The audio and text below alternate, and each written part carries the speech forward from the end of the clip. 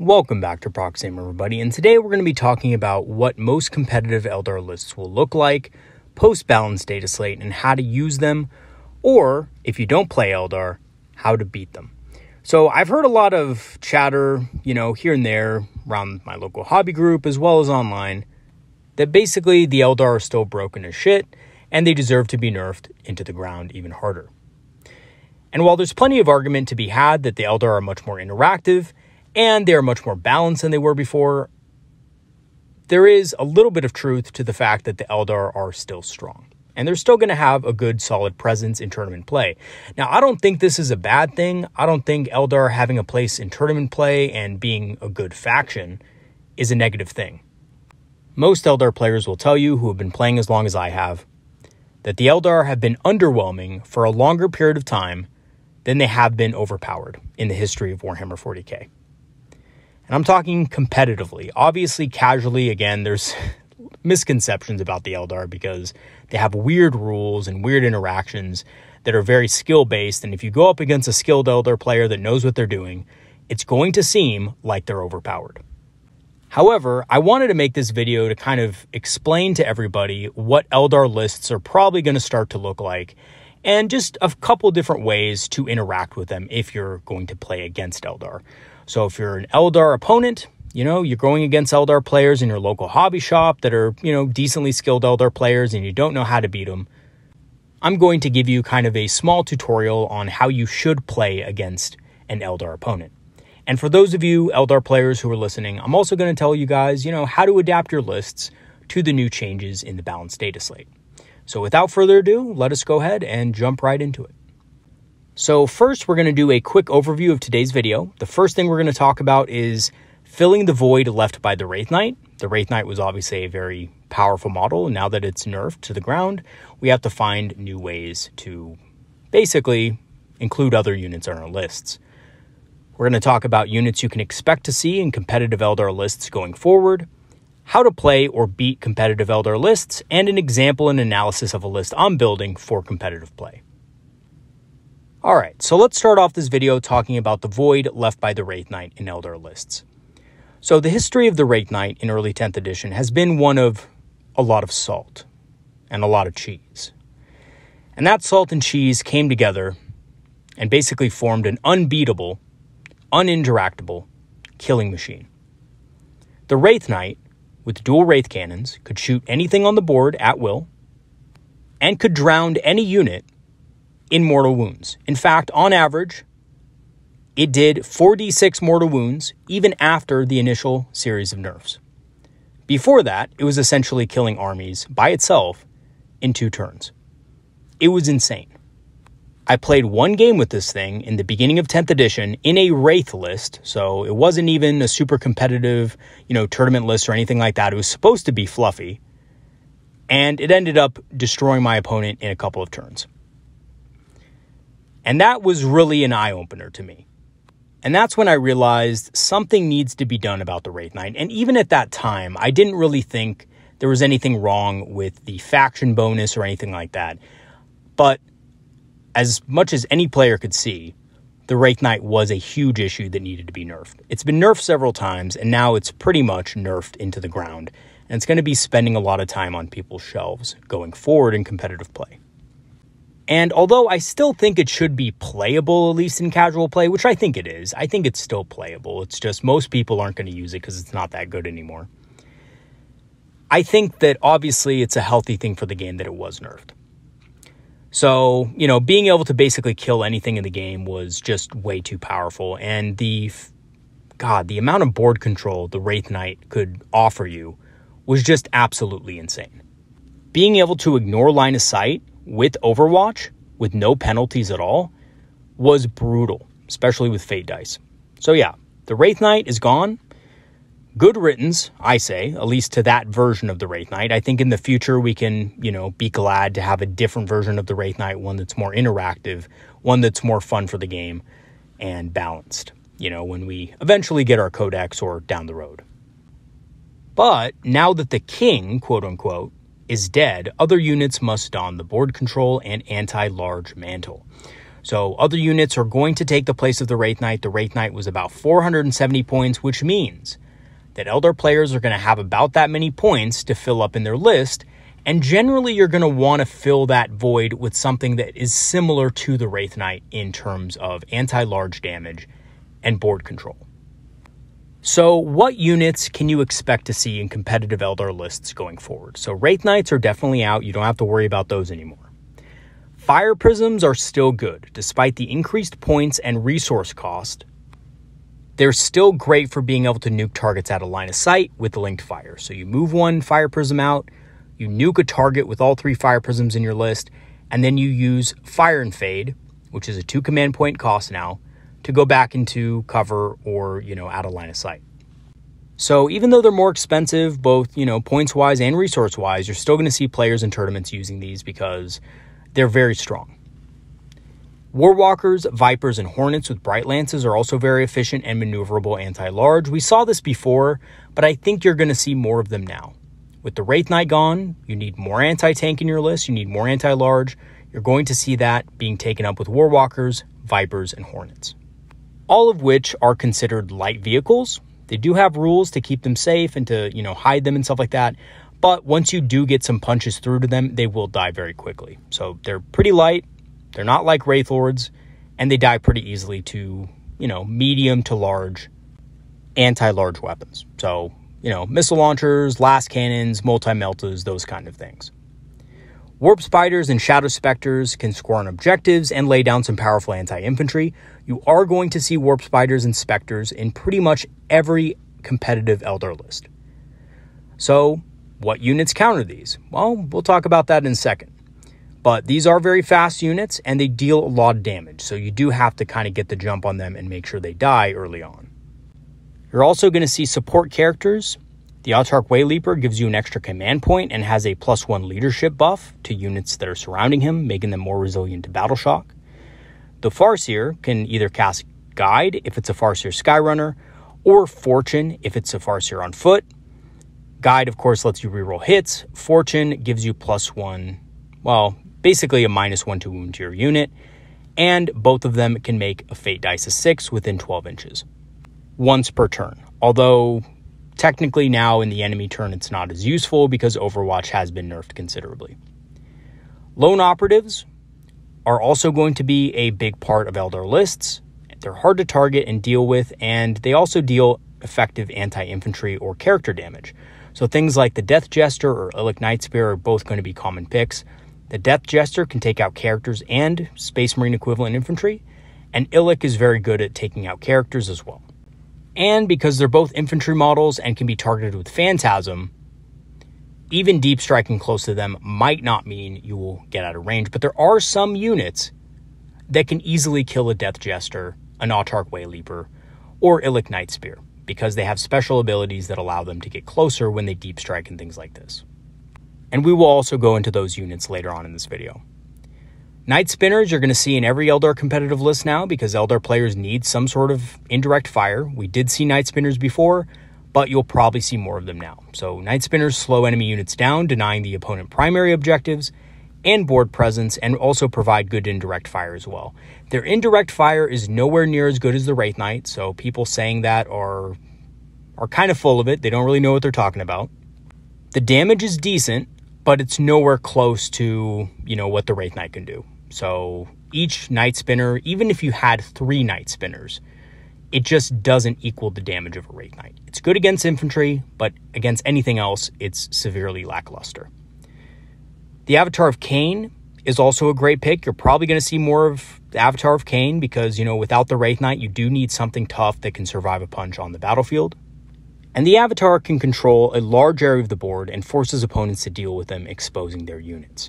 So having an Avatar in the middle of the battlefield that can strike out and kill your toughest units is not something you want to leave alive, right? So you are going to move out of your terrain, you are going to try to shoot the Avatar of Cain, and when you do so, you're making yourself vulnerable to all the little, anti-tank, anti-large units that the Eldar have access to, like Warwalkers and Vipers. So the Avatar is a great way of kind of luring those units out of terrain. The Yinkarn is also very good. It can teleport to destroyed units, forcing opponents to play and deploy very carefully. The Yncarne is a huge mind game to opponents, and less experienced opponents will have a hard time dealing with the Yncarne, despite the points nerf.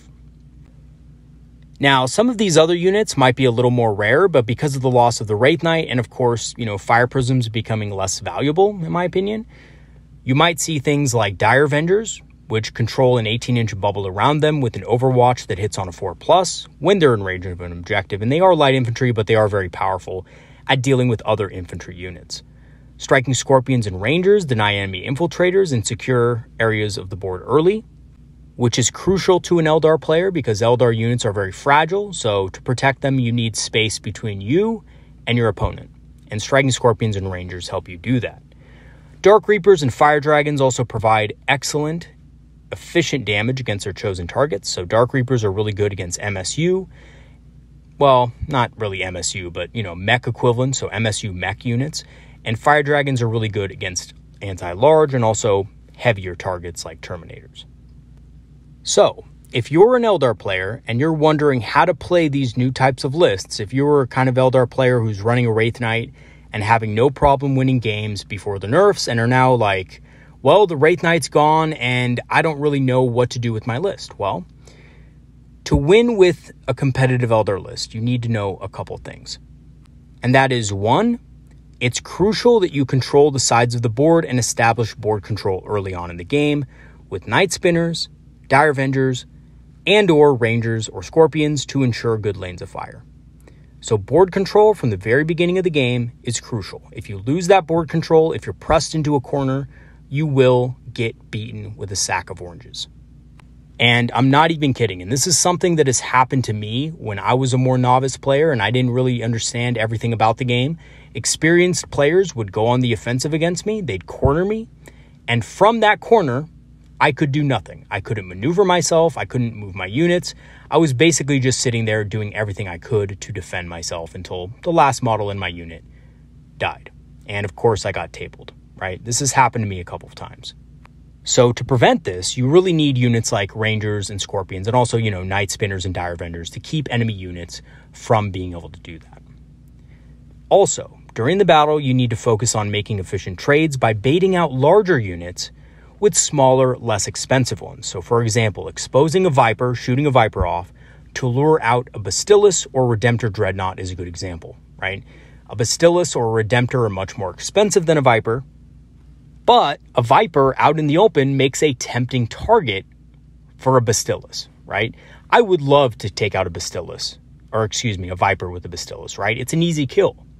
But as the Eldar player, you have another unit waiting to come out and trade up with it. So the Bastillus might take out an 85-point Viper, but you're going to take out a 150-point Bastillus with your 110-point Warwalker. And that, my friends, is called trading up. So if you do this enough times in the early game, your opponent isn't going to have a lot of room to be able to do damage in the late game, and your more fragile units will obviously be at a huge advantage at that point, as your opponent is not going to have the tools to effectively deal with them that they did in the beginning of the game. Also, when possible in the first few turns of the game, stay out of line of sight and use strats accordingly. So things like Fire and Fade and Phantasm should always be used on infantry units or tanks to be able to move them back behind obscuring terrain.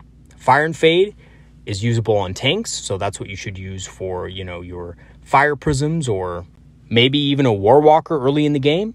And Phantasm should be used on your infantry. So getting your Rangers, who are, basically movement blocking enemy units behind a piece of obscuring terrain, is a really good way to save your unit of Rangers early on, or your Striking Scorpions, or whatever you have in the middle of the field. Even Dire Vengers, right? Dire Vengers on an objective, your opponent moves up, you overwatch them, and then so your opponent can't hit back at the end of their movement phase, after you've already done your overwatch damage, you move back behind obscuring terrain and say, see you later, and just disappear. And that's a really good way of being able to, basically do damage but not get hit back. However, there's something to keep in mind, and that is, for that combination to work, to use Fire and Fade and Phantasm in the first couple of turns, you need those 3 command points. So you do need to make sure that you have those command points handy, and that may be a little bit difficult to come by, again, in the first couple of turns. So as an Eldar player, you also really need to make sure that you have enough command points for what you want to accomplish. Don't waste command points on stupid things like command rerolls if you do not need them. And again, that's why we have fate dice. So crucial rolls we can use our fate dice on in the early game. Even though you can only use one per turn, it's still usually enough to ensure that we kill a few things early on in the game and we don't have to, waste CP on irrelevant or unneeded stratagems. Okay, so a lot of you guys watching this video right now, probably not Eldar players trying to figure out how to beat Eldar players, are thinking to yourself, God, all you're doing is talking about how Eldar players can beat us down even more. Well, here's how you beat competitive Eldar lists for you other armies out there. Now, just a bit of a disclaimer. There are some weak factions in the game right now that need more buffs that probably don't have the efficient tools at the moment to be able to actually succeed against a really experienced and well put together Eldar player that has a great list and is also a great player. I'm just going to be honest with you guys, because to sit here and say that, every single army has the potential to beat a well-oiled, well-experienced Eldar army, it's just not possible. There are some bad matchups in the game. Death Guard are one of them, right? Death Guard are a very slow army. They're very tough, but they're a lot less tough this edition, which means they trade less effectively against Eldar models. They do have more damage, but they need to be close to do that damage, and because they're slow and Eldar are fast, there's a little bit of a bad matchup there. Same thing with Leagues of Votann. Leagues of Votann are the same way.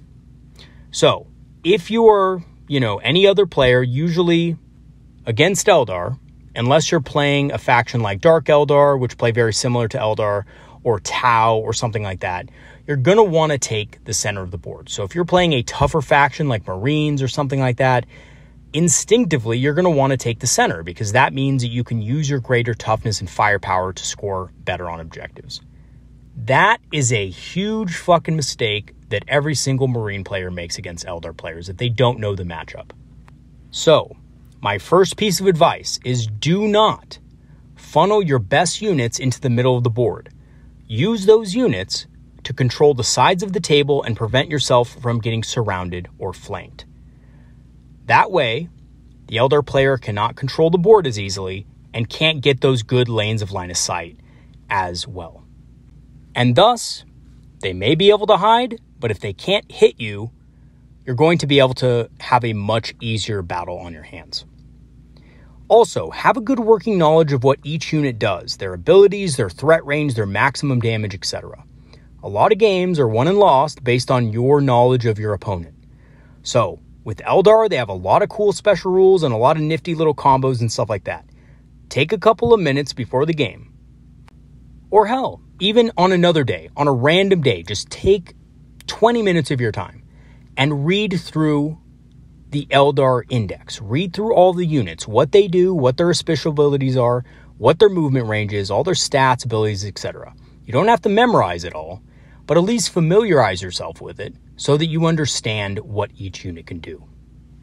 That way, when you're deploying your forces and your opponent's deploying and you're talking about the game and the missions and stuff like that, you can make informed decisions about what missions or, what secondaries to pick and things like this, unless you're running tactical or something like that.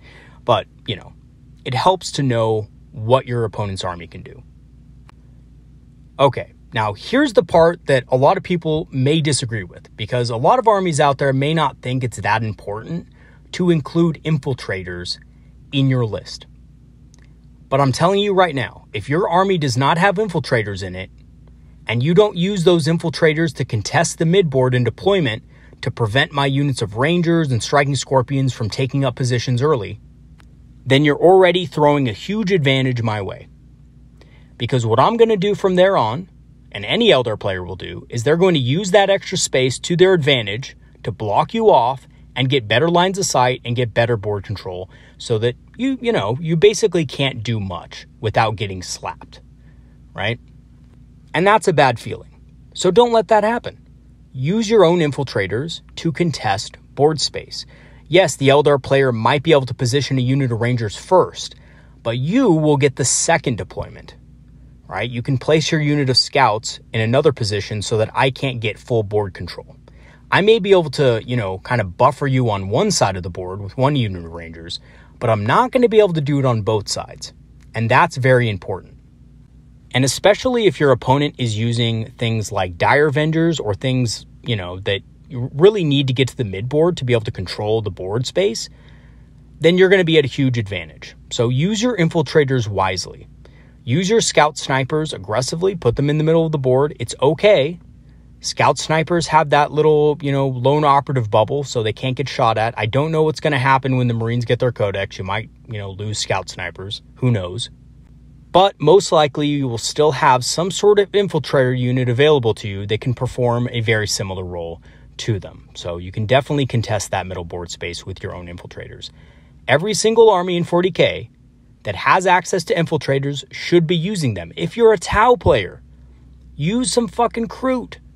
They're an excellent unit. They just got a huge points drop. I think they're like 50 points for 10 now, which is insane. That means they trade better with Eldar Rangers than, any other army out there, which is amazing, right? I don't actually think there's a better, more well-costed unit to trading with light infantry right now as an infiltrator than Kroot. I may be wrong, but I think they're one of the most cost-effective units at this point for their intended role. So do consider, picking up some infiltrators and putting them in your list. That's one way to kind of stop Eldar from getting some early board control in the center. And again, there's no more Wraith Knight, so you don't have to worry about just picking up all your models in one turn. The Eldar player is going to have to work to kill those things. So definitely use your infiltrators. Okay, enough on infiltrators. Lastly, use your reserves and indirect fire to your advantage. So Space Marine players especially, listen up. You have two units that are really effective against Eldar infantry and can do consistent damage to them. The first one is Inceptors. The jetpack guys with the assault bolters or plasma exterminators wreak havoc on one wound Eldar infantry. So Shadow Specters, Warp Spiders, those units that are going to be really squirrely and hard to hit with your regular battle line troops, use your Inceptors to come up behind them and shoot them down. With the help of Oath of Moment, your Inceptors will easily be able to kill a unit of 5 Warp Spiders or Shadow Specters. You're rerolling all your hits, you're rerolling all your wounds. If you choose to go with the Bolters, you're getting sustained hits too. If you choose to go with the Plasma Exterminators, you're wounding easier. Personally, I like the Bolters better, but the Plasma is also pretty good.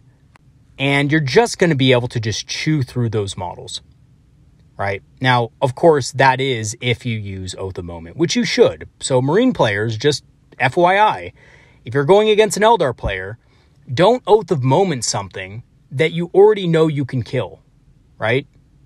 So if I move a Viper in the middle of the field and that's kind of to lure a bigger unit out, don't Oath of Moment that thing. Oath of Moment something that's close to being killed, but you may not be able to draw a line of sight to it from every unit in your army, right? And also don't just save it and, try to use it on something that's huge, right? Try to use it on small things in the beginning of the game. Try to silence the Warp Spiders, the Shadow Specters, and stuff like that, and use it on your infantry models so that they're more efficient. So your things like Inceptors and things like that, right? To make them more efficient and cost effective. And yeah, Warp Spiders cost 115 points. I think Inceptors cost, I want to say 110, though I may be wrong. But either way, it's a pretty efficient trade, and if you're worried about not being able to squeeze in there or worried about Overwatch or things like that, you can always land just outside of 12. Warp Spiders only have a 12-inch Overwatch, and you have 18 inches on your ranged weapons. So that is a good counter to Eldar infantry. Also, maybe you're not a big fan of Inceptors or don't have any, but guess what? The Whirlwind is also a very good indirect fire weapon. It does cost 150 points, but it is going to put constant pressure on your opponent's infantry models like Warp Spiders and Shadow Specters. And with Oath of Moment, you can actually kill a couple of those units and do significant damage. So those units are dealing a lot less efficient damage against your infantry, and that means you're winning the infantry battle. Your Eldar opponent may be able to trade up against your vehicles, but by the Emperor's Fury, you're going to win the infantry battle. So, for you Marine players out there, I'm throwing you that bone. Whirlwinds are a pretty good pick against Eldar. The Thunderfire Cannon is also a pretty good pick. I know a lot of people don't like it because it's, strength 5 AP nothing and has only damage 1, so it's not going to be good against your Marine buddies. But it's cheap, it's fairly tough for the cost, and it's putting out D6 plus 5 attacks against Shadow Specters because of the Blast keyword. So yeah, strength 5 AP nothing, damage 1 isn't that good against your Marine friends you play with, but against an Eldar player who only has, wound 1 infantry, it's going to be very effective. And in the first couple of turns of the game, when you can't see any of the Eldar tough units, putting Oath of Moment, on a unit of Shadow Specters or Warp Spiders, rerolling all your hits and all your wounds with a Thunderfire Cannon or a Whirlwind is a really effective way of taking out those units early on in the game and denying the Eldar player one of their fastest tools for scoring. So yeah, if you use those tips, you will do a lot better against Eldar players. And, again, like I said before, with the nerfs, the Eldar are going to be a lot more interactable, and there are things you guys can do to beat them in a game. So, you're welcome. All right, so now let's look at an example and analysis of a list I'm building for competitive play. So this list is going to be a 2,000 point strike force. As far as its characters, it does still include the Autarch Wayleaper. So I do want to say something about this. I did mention that I'm a little bit more on the fence about this model, and that is true. However, with this particular build, I do want a few extra command points in my back pocket for a couple of, strategies and little tricks and things like that here and there. So I decided to still keep them in there. And I do already have another model in this list with the Phoenix Gem. So the Autarch on foot, in my early play testing, actually didn't do so well. So just to let you guys know, I made a recent video saying you might want to replace your Wayleaper with an Autarch on foot and maybe just hide him behind a building. However, certain indirect fire units are still good enough to one-shot this guy if you're not careful. So one bad roll, even with Fate dice, one bad roll, and your Autarch is going to die. So I've actually found that for now, until I find a better way to do that, the Autarch Wayleaper might just be the better choice. The Avatar of Cain is also in this list. Again, this is a model that I think is the best Eldar unit in the Codex right now, or Index, I should say. Very tough, does extreme damage, and is dangerous and quick enough to be able to force opponents to react to them, which could make other units in their army vulnerable to attack. So I do also have the Avatar of Cain, as well as a Death Jester with the Fate's Messenger enhancement. I just love the Death Jester. I just bought a real one, and I plan to use it in my competitive list. I was using just a random Shuriken Cannon model for the longest time, so it's good to finally have a real Death Jester, and it's a good model. And I guarantee you, the first time I use it, it's going to roll like shit. Watch it happen. A Farseer, of course, with the Phoenix Gem, so doesn't have any bodyguard unit. Although, I did consider bringing a Guardian Defender squad. Now, the reason being is because I think people are going to start using more indirect fire weapons. Eldar are a big consideration in competitive play. Indirect fire weaponry is very effective against their infantry, so that includes the Farseer alone. Now, the Phoenix Gem does protect them, but again, if your opponent is willing to spend 2 turns shooting at it, it'll still die. Farseers are even squishier than Autarchs because they have no armor. They just have the 4+ invul. So yeah, you can use a few Fate dice and you can buy some time for yourself, but you might only get to use Fortune and the Fate dice manipulation twice in a battle. So I did consider using Guardian Defenders as a bodyguard because they're, decently tough against most indirect fire weapons. Yes, they are a little bit vulnerable to blast, but, if they're in cover, they provide some decent ablative wounds. So I did consider using Guardian Defenders, but just for this list, decided not to. Illic Nightspear is also in the list. He's a great lone operative that gives lone operative to a unit of Rangers. I have him with a unit of 5. A lot of you might think, well, why not just put him with a unit of 10? Making 10 Rangers lone operative is better than making 5 Rangers lone operative.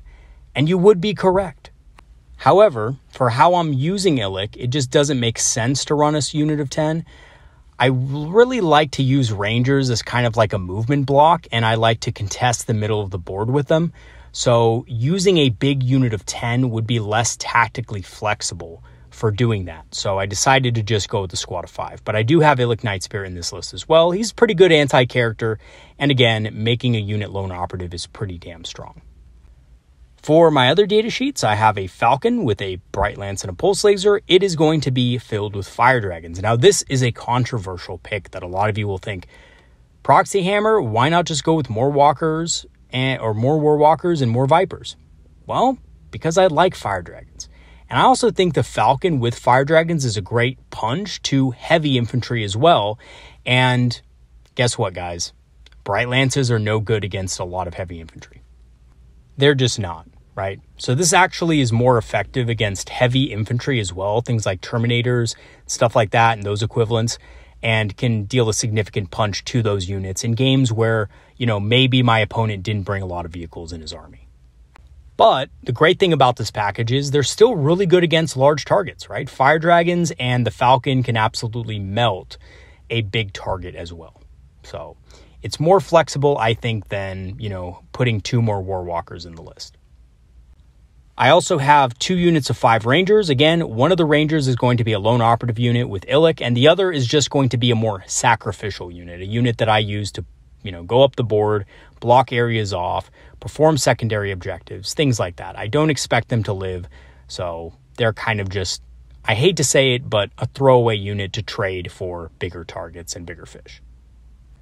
Now, this list also has 2 Night Spinners. Now, 2 Night Spinners, you might be asking why. Well, basically, I took the concept that I had from my LA Talk list early on in the edition about board control, and I plugged it into this list. So this list has a lot of board control. It has 2 Night Spinners, which are easily able to slow enemy units down and prevent them from getting to primary objectives.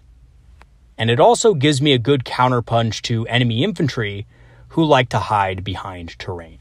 So if there's a unit behind some terrain that likes to hide in the back of the board and just basically just sit there and score on primaries, I have something to deal with that enemy unit.